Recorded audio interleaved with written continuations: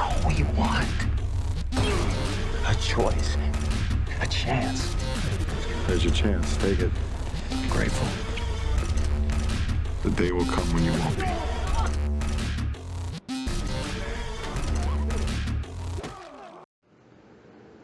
Hey, what's going on, guys? Back again with another Fear the Walking Dead review. This is Season 2, Episode 4, entitled Blood in the Streets.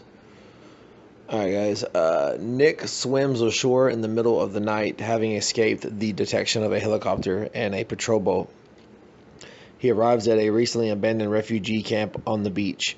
After attracting the attention of an infected, he lures it to one of the tents and kills it, smearing himself in blood from the infected's belly.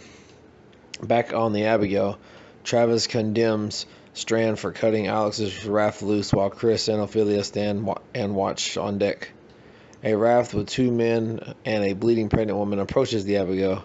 Chris wonders if he should kill them, but hesitates. The passengers of the raft board the boat without being invited, claiming that the woman is having pregnancy complications. Travis, Daniel, and Madison rush upstairs and interrogate the strangers. Strand attempts to get his MP5, but finds the magazine removed by Daniel. Madison assists Vita, the pregnant woman, to a bathroom. Alicia goes upstairs and recognizes one of the men's voices as Jack from the portable radio. The other man, Reed, punches Travis. Meanwhile, Vita smashes Madison's head against a mirror and then ties her hands. Jack and Reed tie everyone up and hold them at gunpoint. Strand flees on a raft and is shot by Reed. In a flashback, Strand meets Thomas Abigail at a bar in Baton Rouge, Louisiana, soon after Hurricane Katrina. Thomas tells Strand that he is in town to buy property. Strand explains that everything he owns is underwater. Strand assists Thomas to his hotel room where Thomas passes out. Strand borrows Thomas's credit cards. Back in the present day, Strand floats in his raft and tries to dry his satellite phone by blowing on it. Back on the Abigail, Reed threatens to shoot Chris if the group doesn't produce the key to the boat. Travis and Ophelia explain that Strand had the key, but Travis offers to start the boat by hot wiring it. Vita rejoins the group with Madison. Alicia tells Madison that Nick wasn't in his bed. Reed tells Jack to find the portable radio with Alicia so that they can contact their leader, Connor. Alicia assures Madison she will fix the situation and accuses Jack of baiting her. He insists he had no choice, but says that Connor listens to him and he will assess the situation when he arrives. And then, I'm safe, she asks. I promise, he says. Nick arrives at a gated community, masked by the blood he's covered in. He walks by an infected without drawing any attention. In another flashback, Thomas and a companion, Luis Flores, confront Strand about the theft of the credit cards. Instead of calling the cops, Thomas tells Strand to meet him at the bar to discuss how Strand can rectify the situation. Strand says he always intended to pay him back, with interest. In the present, Strand clings to the deflated raft and accidentally drops his phone. In the wheelhouse, Travis hotwires the Abigail. He tells Reed that he must go to the engine room to override the computers. Daniel asks Madison to distract Vita while he loosens his bonds. Madison asks Vita about her pregnancy. In the engine room, Reed comments Travis have the boat running by the time Connor arrives, for his own sake. Prove your value, he says. Jack radios Connor, who reports that he's on his way. Jack tells Alicia that he owes Connor for saving his life, but insists he doesn't enjoy what he does. He invites Alicia to join their group. Alicia refuses to abandon her family.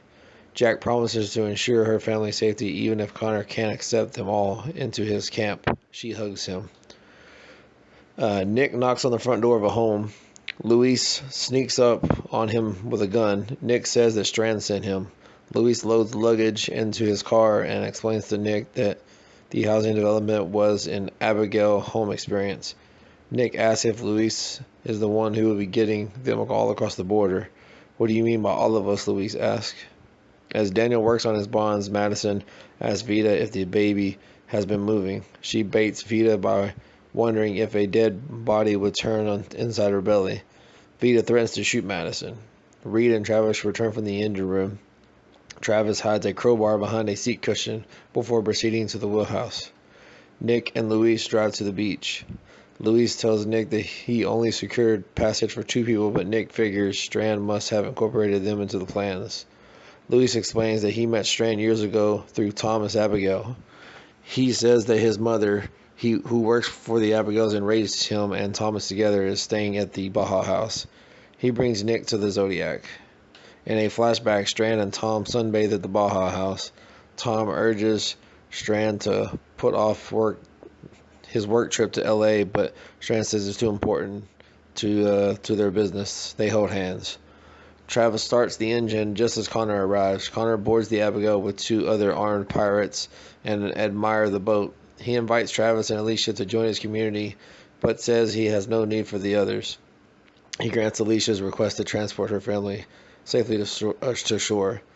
Alicia and Travis are taken away. Reed and the bodyguards stay behind to guard the remaining captives. Nick and Luis cruise toward the Abigail and the Zodiac. Nick looks through the binoculars and spots 2 armed pirates. Luis shoots the pirates, Ben and Brenna, with a rifle. Madison stabs Reed with a crowbar. On board, Madison tells Nick and Luis what happened to Strand. Luis refuses to cross the border without him. In a flashback, Thomas tries to dissuade Strand from going to L.A. Given reports of an outbreak, Strand promises to return in 2 days. They kiss. Madison pulls up to Strand in the Zodiac and hoists him aboard. Alright guys, that was the quick little review / rundown for season 2, episode 3, or 4. I'll get it right here in a minute. Season 2, episode 4, Blood in the Streets. Appreciate you checking it out as always, and I'll be back with another review soon. Welcome to Woodbury.